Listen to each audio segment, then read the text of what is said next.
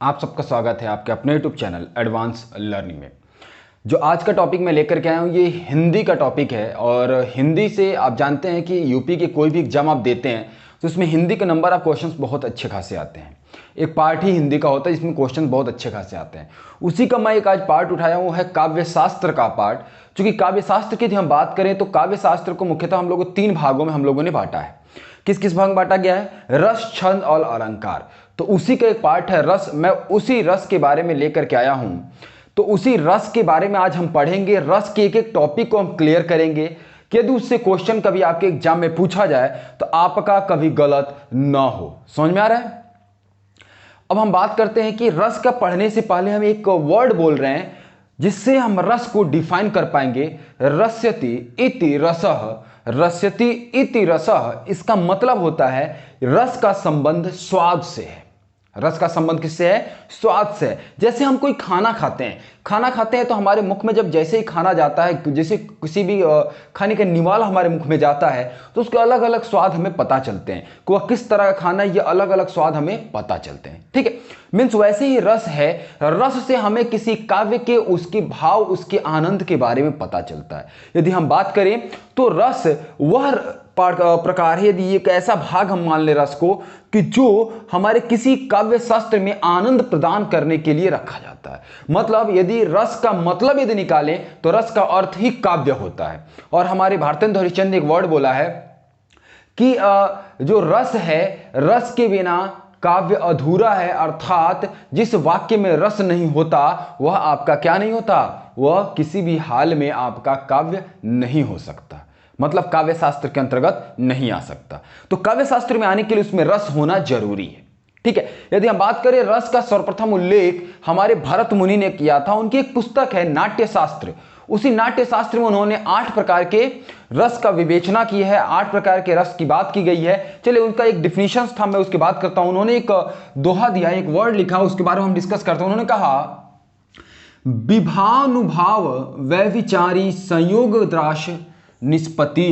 इसका मतलब होता है विभाव, अनुभाव और वैविचारी, इन के भावों के संयोग को, ध्यान समझिएगा, विभाव, अनुभाव, वैविचारी के भावों के संयोग के निष्पत्ति को हम लोग क्या कहते हैं? रस कहते हैं। क्या कहते हैं? रस कहते हैं। मतलब यदि हम रस को डिफाइन करें तो रस में हमको क्या क्या मिलता है? विभाव, अनुभाव, संचारी या वैभाचारी भाव, अस्थाई भाव, व्यभिचारी भाव, ठीक है, या स्थाई भाव। यह हमें प्राप्त होता है कहां से? रस से। और ये रस के अंतर्गत यही रस को, एक रस को यही बनाता है। मतलब कि किसी भी काव्य शास्त्र में, मतलब किसी भी काव्य में रस जो उससे आनंदित हम महसूस करते हैं अपने आप को, उसके पढ़ने के बाद हमारे अंदर जो आनंद का भाव उत्पन्न होता है वह किसके कारण होता है? रस के कारण होता है। समझ में आ गया? यदि बात करते हैं, यदि प्रश्न पूछ दिया कि रस का सबसे सर्वप्रथम उल्लेख किसने किया था, तो रस का सर्वप्रथम उल्लेख भरत मुनि ने किया था। किसने किया था? भरत मुनि ने किया है। उन्होंने इनका उल्लेख अपनी पुस्तक नाट्य शास्त्र में किया है। उसमें इन्होंने 8 प्रकार के बात की, 8 प्रकार के रस का उल्लेख उन्होंने किया है। हम बात करेंगे जो आपके एग्जाम में, देखिए एग्जाम में क्वेश्चन पूछता है तो रस पूछता है और रस का स्थायी भाव पूछता है। ठीक है, लेकिन जब हम इंडिविजुअली रस पढ़ेंगे तो उस अस्थाई भाव के साथ साथ, उसके अस्थाई भाव के साथ साथ हम और क्या क्या जानेंगे? उसका विभाव जानेंगे, उसका अनुभाव जानेंगे, संचारी व्यभिचारी भाव जानेंगे। ये सारी चीज हम उसके अंतर्गत जानने की कोशिश करेंगे। देखते हैं कि 8 रस जो हमारे भरत मुनि ने बताया वो कौन है, उसके अलावा भी और कौन कौन से रस जोड़े गए हैं। चलिए देखते हैं। सबसे पहला यदि हम देखें तो रस के प्रकार, रस कुल मिलाकर के 11 भाग हैं, लेकिन भरत मुनि ने कितने रस बताए? 8 रस बताए। ठीक है, वैसे रस टोटल कितने रस हैं? 11 रस हैं, लेकिन भरत मुनि ने अपने नाट्य शास्त्र में कितने रस बताए हैं? 8 रस बताए। यदि हम डिस्कस करें, यदि हम समझें तो हम सारे रसों को, मैंने कहा ना कि सारे रस के अस्थाई भाव का भी हम डिस्कस कर लेंगे, लेकिन सभी रस के विभाव, अनुभाव और संचारी व्यभिचारी भाव को हम समझेंगे कब? जब उस रस को इंडिविजुअली पढ़ेंगे तब। यदि हम बात करते हैं तो रस का हमारे जान लेते हैं कौन कौन से रस हैं। सबसे पहला आता है श्रृंगार रस। कौन सा रस आता है? श्रृंगार। श्रृंगार का मतलब आप समझते हो, कोई भी कोई भी व्यक्ति, कोई भी स्त्री श्रृंगार करती है, मीन्स कि ऐसे रस की बात जहां पर प्रेम का भाव उत्पन्न हो रहा हो, जहां प्रेम का भाव उत्पन्न होगा वहां पर क्या होगा, श्रृंगार रस होगा, अर्थात उसका अस्थाई क्या भाव, अस्थाई भाव क्या होगा, रति। रति का मतलब प्रेम होता है, रति का मतलब क्या होता है, प्रेम होता है। बात करते हैं अगला, करुण रस। करुण रस की बात करें तो इसका स्थायी भाव क्या होता है, शोक होता है। जहां करुणा की बात हो रही है, रोने की बात हो रही होगी, जहां पर अंदर शोक हो, किसी चीज को देखकर, किसी को पढ़कर शोक का भाव उत्पन्न हो जाए, वहां पर क्या होता है, शोक आपका करुण रस होता है। तीसरा हमारा कौन सा आता है, रौद्र रस। रौद्र रस मतलब किसी चीज को देख करके, किसी काव्य को पढ़ करके हमें गुस्सा आ जाए, किसी भी लाइन को पढ़ते हैं, किसी वाक्य को पढ़ा, हमें अंदर से बहुत गुस्सा आ गया, क्रोध आ गया, अर्थात वहां पे हमारा रौद्र रस है। कौन सा रस है, रौद्र रस। इसका स्थायी भाव क्या है, क्रोध है। बात करते हैं आगे, हास्य रस। भाई किसी भी काव्य शास्त्र को पढ़ के क्या हो जाए, हमारे अंदर हास्य का भाव उत्पन्न हो जाए, अर्थात हम हंसने लगे, हमारे मुख पे हंसी का भाव उत्पन्न हो जाए, हास्य का भाव आ जाए, तो हमारा कौन सा रस होता है, हास्य रस होता है। यदि हम बात करें विभत्स रस, जहां पर घृणा, जुगुप्सा का भाव उत्पन्न हो जाए, वहां पर हमारा कौन सा रस होता है, विभत्स रस होता है। घृणा हो जाए, किसी चीज को पढ़ करके, देख करके लगे यार बहुत घृणित चीज है ये, घृणा का भाव अंदर से उत्पन्न हो जाए, तो वहां पे कौन सा होता है, विभत्स रस होता है। बात करें अद्भुत रस। अद्भुत रस मतलब किसी को देखकर आश्चर्य का भाव उत्पन्न हो जाए, विस्मय का भाव उत्पन्न हो जाए, तो वहां पे कौन सा होता है, अद्भुत रस होता है। अगला हमारा कौन सा है, वीर रस। अंदर से उत्साह भर जाए, नहीं हमें कुछ कर गुजरना है। कभी कभी गाना चलता है आपका, हमारे जितने भी गाने हैं उन गानों को सुनिएगा तो आपका केसरी जो मूवी आई थी, केसरी जो मूवी आई थी, उस केसरी में गाना है, सुनिएगा कुछ गाने ऐसे हैं ना, उस गानों को सुनने के बाद अंदर से एकदम उत्साह का भाव होता है, नहीं मुझे कुछ कर गुजरना है। और ऐसे जब उत्साह के भाव आते हैं तो वहां पे कौन सा रस होता है, वीर रस होता है। बात करें भयानक रस, किसी चीज को पढ़ने के बाद डर सा लगने लगे। हॉरर मूवी देख लो भाई, जब इतना खतरनाक डर लगता है कि मत पूछो, तो वहां पे क्या होता है, भय रस। भय का भाव उत्पन्न हो जाए तो वहां कौन सा होता है, भयानक रस।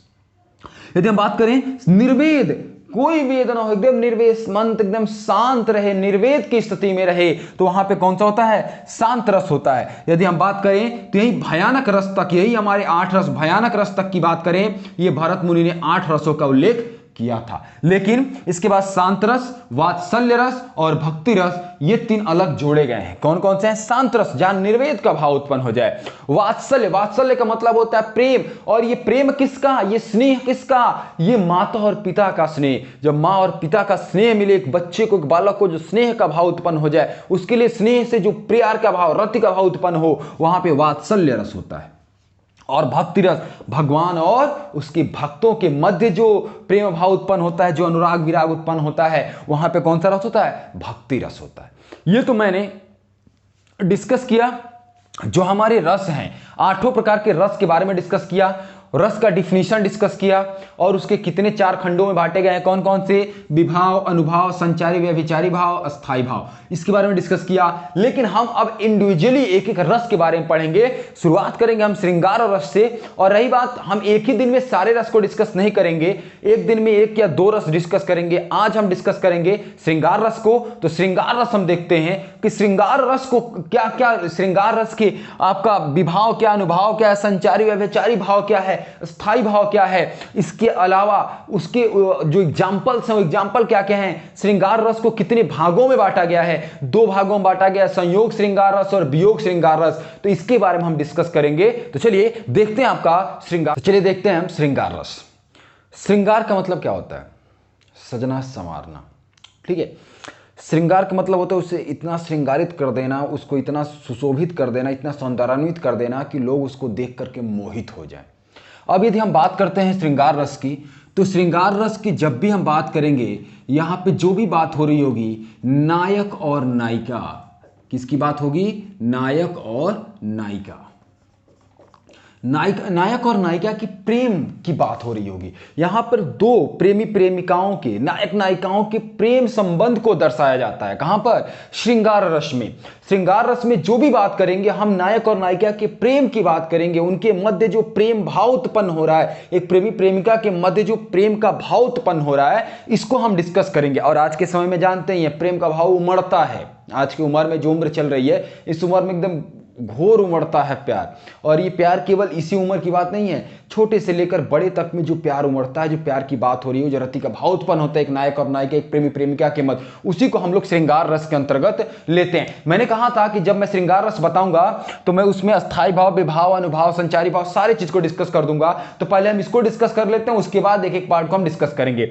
यदि हम बात करें कि श्रृंगार रस के स्थायी भाव क्या होता है, रति होता है। रति का मतलब प्रेम होता है। मैंने इसके पहले भी बता दिया कि रति का मतलब क्या होता है, प्रेम। प्रेम की यदि बात करें, रति की बात करें तो रति कामदेव की पत्नी थी। किसकी पत्नी थी? कामदेव की पत्नी थी। कामदेव कौन है? सबसे खूबसूरत व्यक्ति माने गए। उनकी पत्नी का नाम रति था। उनको हम लोग क्या बोलते हैं? प्रेम बोलते हैं। प्रेम, ये प्रेम की प्रतीक थी। जो कामदेव है ये प्रेम के प्रतीक माने जाते हैं। तो अस्थाई भाव इसका क्या है? रति है।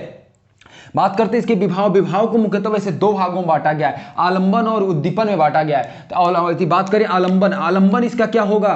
संजय, आपका श्रृंगार रस का आलंबन होगा नायक नायिका। क्या होगा? नायक नायिका होगा। उद्दीपन की बात करें, आलंबन का सौंदर्य, मतलब जो आलंबन है नायक नायिका के सौंदर्य का उल्लेख करना। मतलब यहां पे उद्दीपन क्या होगा? नायक नायिका के सौंदर्य का उल्लेख करना, उनकी प्रकृति, रमणन उपवन, रमणीक उपवन की बात करना, वर्षा ऋतु, वसंत ऋतु का इसमें प्रयोग करना, चांदनी, भ्रमर, गुंजन की बात करना। ये सारी के सारी प्रेम को दर्शाने के लिए प्रयोग किए जाते हैं। यदि हम बात करें अनुभाव की, तो अनुभाव में क्या हो जाएगा? अवलोकन, स्पर्श हो जाएगा, आलिंगन हो जाएगा, कटाक्ष हो जाएगा, अश्रु हो जाएगा। यह अनुभाव के अंतर्गत आते हैं। किसके?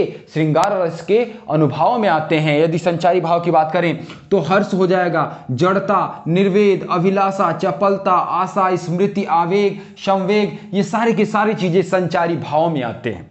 यदि हम बात करें, मैंने एक बात बताया कि श्रृंगार रस क्या है? जहां नायक नायिका के मध्य प्रेम का भाव उत्पन्न हो। जिस काव्य के पढ़ने में जहां नायक और नायिका, प्रेमी प्रेमिका के मध्य प्रेम का भाव उत्पन्न हो रहा हो, वहां रति का भाव उत्पन्न हो रहा हो, आपका श्रृंगार रस के अंतर्गत आता है। श्रृंगार रस मुख्यतः दो प्रकार का होता है। कौन कौन से श्रृंगार रस होते हैं? मैं दोनों के बारे में लिख दे रहा हूं। श्रृंगार रस दो प्रकार के होते हैं। संयोग श्रृंगार, क्या होता है? संयोग श्रृंगार।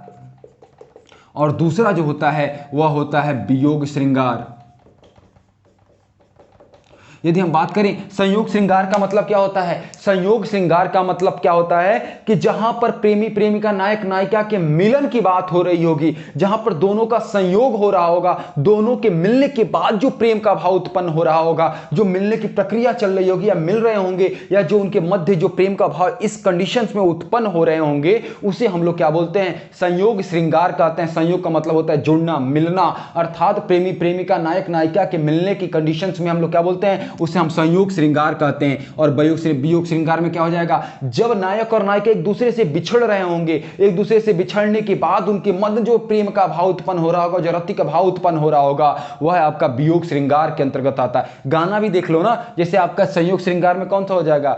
बहुत अच्छा गाना है, अभी गाना याद आता है तो मैं बताता हूं कौन कौन से गाने इसके अंतर्गत आ जाता है संयोग श्रृंगार में। जैसे संयोग श्रृंगार के लिए आपका गाना, मैं जिस दिन भुला दूं तेरा प्यारा दिल से वो दिन आखिरी हो मेरी जिंदगी का। मतलब जब प्रेमी प्रेमिका मिल रहे होंगे तो सोचो उनकी कल्पना कितनी दूर तक जा रही है। कल्पना क्या है? कि वो उनके बिना नहीं रहना चाहते। ऐसी कल्पनाएं होती हैं आपके संयोग श्रृंगार में मिलने के बाद। लेकिन जैसे ही वियोग श्रृंगार में आते हैं सब कुछ चेंज हो जाता है। अगम कुमार के गाने सुने हो गए, दिल तो उसे भूल जा, तरसना छोड़ दे, तड़पना छोड़ दे, या ए तेरा गम अगर न होता तो शराब मैं न पीता। मतलब कि वियोग श्रृंगार में प्रेमी प्रेमिका एक दूसरे से दूर हो गए हैं, एक दूसरे से दूर हो गए हैं, मतलब कि एक दूसरे से अलग हो गए हैं, बिछुड़ गए हैं, लेकिन तब भी उनके मध्य प्यार बना हुआ है। और वहां पे जो रति का भाव उत्पन्न हो रहा है वह वियोग श्रृंगार के अंतर्गत आता है। चलिए हम एक एक का एग्जाम्पल देखेंगे। सबसे पहले हम संयोग श्रृंगार जो संयोग श्रृंगार रस है इसके एक एग्जाम्पल देखेंगे, उसका अर्थ समझेंगे, उसका मतलब समझेंगे। क्योंकि आपके जो भी एग्जाम में एग्जाम्पल्स आए हुए हैं उन एग्जाम्पल्स को मैं लेकर के आया हूं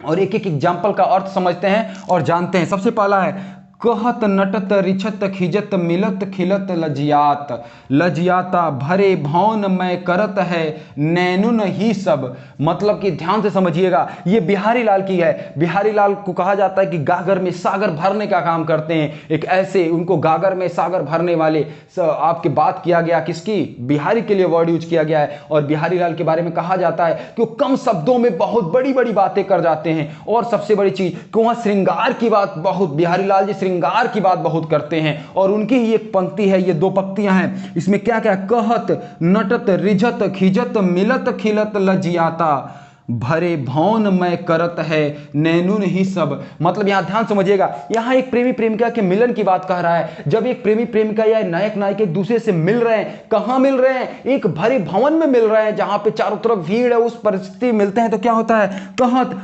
नायक नायिका से कहता है, या नायिका नायक से कहता है कि नटत, कहत नटत मतलब नखरा करना, मतलब मनाना, नहीं मानना, उनकी बातों को ना समझना।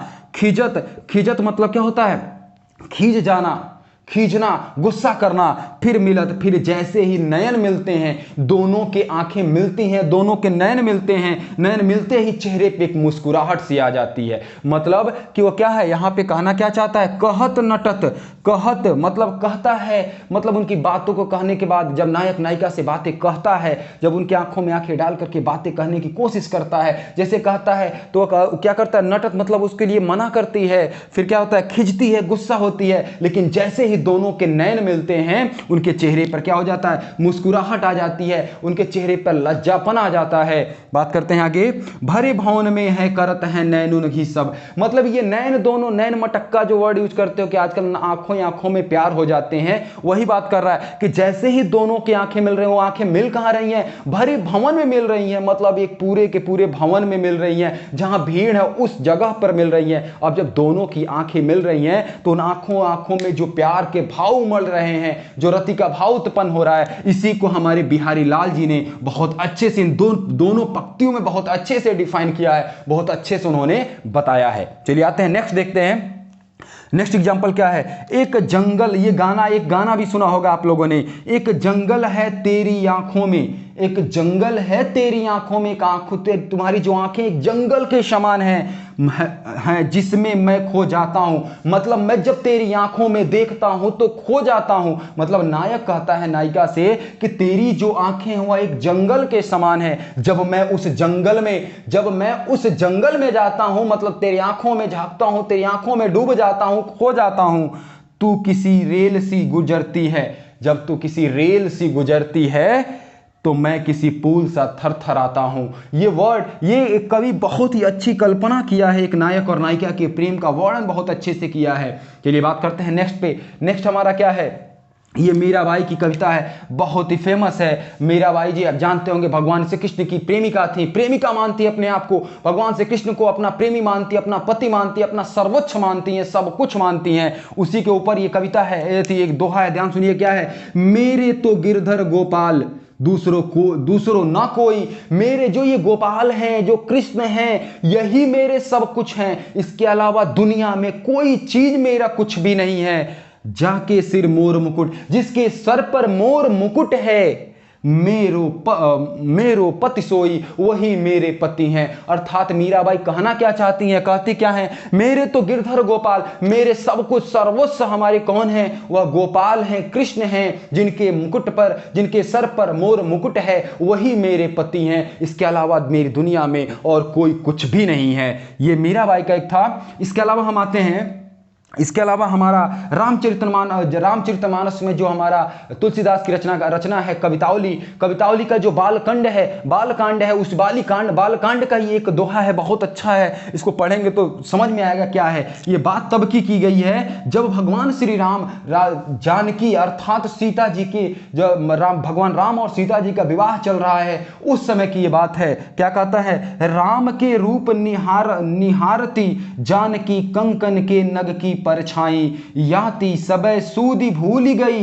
कर टेकी रही पलटारत नाही। मतलब ध्यान समझिएगा क्या कर रहा है? राम के रूप निहारती, राम का स्वरूप इतना मनमोहक है कि उसको सीता जी क्या कर रही हैं? निहार रही हैं। जब उनके कंगन में पड़े मोती, जो कंगन में जो नग पड़े हैं, उस नग की परछाई में उनको देखती हैं और इतना मनमोहक उनका दृश्य लगता है, उतना मनमोहक उनका सूरत लगती है भगवान राम की कि जानकी उसको लगातार देखती हैं, देखती रह जाती हैं। सब कुछ, देश दुनिया सब कुछ भूल करके, इधर उधर क्या है सब कुछ भूल करके एकटक नजरों से निहारती रह जाती हैं। किसको? भगवान राम को। इनके मध्य जो प्रेम का भाव यहां उत्पन्न हो रहा है, यहां पे कौन सा रस हो गया? श्रृंगार रस हो गया। ये श्रृंगार रस की कुछ हमारे एग्जाम्पल्स थे जो एग्जाम में पूछे गए हैं, मैं उसको डिस्कस कर दिया। अब आते हैं हम वियोग श्रृंगार पर। वियोग श्रृंगार के कुछ एग्जाम, तो देखते हैं वियोग रस। वियोग रस में मैंने क्या बताया कि वियोग रस में नायक और नायिका, किसके, नायक और नायिका, नायक और नायिका के वियोग विग्रह का वर्णन होता है, मतलब उनके बिछड़ने का वर्णन होता है। उन दोनों के बिछड़ने से जो रति का भाव उत्पन्न होता है वही वियोग श्रृंगार रस कहलाता है। चलिए कुछ एग्जाम्पल देखते हैं। एग्जाम्पल क्या है, हे खग मृग है मधुकर श्रेणी, तुम देखी सीता मृग नयनी। ये बात हो रही है तब कि ये तुलसीदास की रचना है। जब जो रावण है, लंका का राजा रावण, जब सीता को हरण करके लेकर चला जाता है तो भगवान श्री राम जंगलों में घूम रहे हैं और पूछ रहे हैं, हे खग, हे पक्षी, हे पशु, हे मधुकर, मधुकर मतलब भौरे, हे भौरे, क्या तुमने हमारे मृगनयनी सीता को देखा है? कि मतलब मेरे मृगनयनी सीता को कोई उठा ले गया है, क्या तुमने देखा है? ये खबर पूछ रहे हैं किससे? खग से, पक्षियों से। मृग मतलब वहां के जो पशु हैं उन पशुओं से, मतलब भौरे, मधुकर मतलब भौरों से। मृगनयनी मतलब बड़ी बड़ी आंखों वाली मृगनयनी सी हमारी सीता को क्या तुमने कहीं देखा है? ये बात यहां पर मध्य नायक नायिका कौन हो जाती है? सीता। और नायक कौन है? भगवान राम। इन दोनों के मध्य एक प्रेम, दोनों में बिछड़न हो गई है, दोनों एक दूसरे से बिछड़ गए हैं। तो भगवान राम पूछ रहे हैं, किससे पूछ रहे हैं? पक्षियों से पूछ रहे हैं, भौरों से पूछ रहे हैं, वहां के जानवरों से पूछ रहे हैं कि मेरी मृगनयनी सीता को कहीं देखा है? इन दोनों के मध्य जो अस्थायी भाव उत्पन्न हो रहा है रति का हो रहा है, और ये रति कैसा है? वियोग रूप है, बिछड़ने का है। इसलिए यहां पर कौन सा रस हो गया? वियोग श्रृंगार रस हो गया। अगला देखते हैं, निस्दिन बरसत नयन हमारे, सदा रहती पावस ऋतु, हम पे जबते श्याम सिधारे। ये सूरदास की एक रचना है, बहुत ही अच्छी रचना है, ध्यान समझिएगा। सूरदास की रचना क्या है? निस्दिन, ये बात तब की है जब भगवान राम वृंदावन को छोड़ के मथुरा चले जाए, सॉरी, भगवान कृष्ण वृंदावन को छोड़ मथुरा चले जाते हैं। तो उस समय गोपियां, जो गोपियां हैं, राधा जी हैं, उन क्या कहती हैं? कहती क्या है? निस्दिन बरसत नयन हमारे, हमारी आंखों से निस्दिन आंसू, अश्रु की धाराएं बहती हैं, मतलब हमारी आंखों से लगातार हर समय आंसू बहते हैं। सदा रहती पावस ऋतु, अर्थात हमारी आंखों में हमेशा बरसात की ऋतु रहती है। ये जो वर्षा ऋतु है हमेशा कंटिन्यू हमारी आंखों में रहती है। क्यों? क्योंकि जब से तुम, क्या लिखा है? जब ते श्याम सिधारे, जब से हे श्याम, हे कृष्ण, जब से तुम हमें छोड़कर चले गए हो तब से हमारी आंखों में हमेशा अश्रु की धारा रहती है, पावस ऋतु रहती है। यहां पर भी गोपियों और भगवान कृष्ण के मध्य क्या दिखाया गया? प्रेम का भाव दिखाया गया है, रति का भाव उत्पन्न होता है। लेकिन कब? जब वो बिछड़ते हैं। तो इसलिए यहां पर कौन सा रस हो जाएगा? वियोग श्रृंगार रस हो जाएगा। अगला है, ये मैथिली शरण गुप्त की एक रचना है, साकेत महाकाव्य है, उसी महाकाव्य की एक रचना है, उसी का एक पार्ट है। ये बात तब की हो रही है जब हमारा भगवान राम कृष्ण और भगवान राम, लक्ष्मण और सीता जब हमारे घर को छोड़, अयोध्या को छोड़ जंगल में चले जाते हैं, उस समय की बात की जा रही है कि उस समय आपकी जो लक्ष्मण की पत्नी हैं उन्हें क्या, मुझे फूल, उनके द्वारा कहा जाता है, किसके द्वारा? लक्ष्मण की जो पत्नी है उनके द्वारा कहा जाता है क्या? मुझे फूल मत मारो, मैं अबला बाला वियोगिनी, कुछ तो दया विचारो। मतलब कि जब प्रेम रूपी कामदेव अपने प्रेम रूपी धनुष बाण से तीर मारते हैं, कहती हैं मुझे फूल मत मारो, अपने उस बाण से, प्रेम रूपी बाण से फूल मत मारो मुझे, मैं तो एक अबला बाला वियोगिनी हूं, जो मैं अपने पति के इंतजार में पड़ी हूं, तो कुछ तो दया विचारो, हमारे ऊपर कुछ तो दया कर दो। ये कामदेव से प्रार्थना करती हैं। कौन? लक्ष्मण की पत्नी जी करती हैं। उर्मिला उनकी पत्नी का नाम था, पता होगा। उर्मिला के ऊपर जब कामदेव क्या करते हैं? प्रेम रूपी बाण छोड़ते हैं, बाणों से फूल फेंकते हैं। तो उन्हीं की बात क्या जा रहा है? उर्मिला कहती है मुझे फूल मत मारो, मुझे फूल मत मारो, मैं क्या हूं? मैं अबला बाला वियोगिनी हूं, मैं तो अपने पति के इंतजार में बैठी हूं, मेरे ऊपर थोड़ा सा तो दया कर दो। दया का विचार तो अपने भाव में लेकर के आ जाओ, अपने मन में लेकर आ जाओ। यहां पर भी बिछड़ने की बात की जा रही है उर्मिला से। जब हमारे लक्ष्मण जी बिछड़कर चले गए हैं तो उससे उर्मिला के जो भाव उत्पन्न होते हैं वो प्रेम का ही भाव है, लेकिन बिछड़ने का है। तो इसमें यहाँ पे कौन सा हो जाएगा? वियोग श्रृंगार रस हो जाएगा। आज हम जो भी डिस्कस कर रहे थे, ये श्रृंगार रस के बारे में डिस्कस किया। रस कितने प्रकार के होते हैं, सभी रसों का स्थायी भाव को डिस्कस कर लिया। नेक्स्ट वीडियो जब लेकर आएंगे रस का, तो उसमें करुण रस, अन्य सारे रस हैं, उनके बारे में हम डिस्कस करेंगे। यदि वीडियो अच्छी लगी हो तो ज़्यादा से ज़्यादा लाइक कीजिए।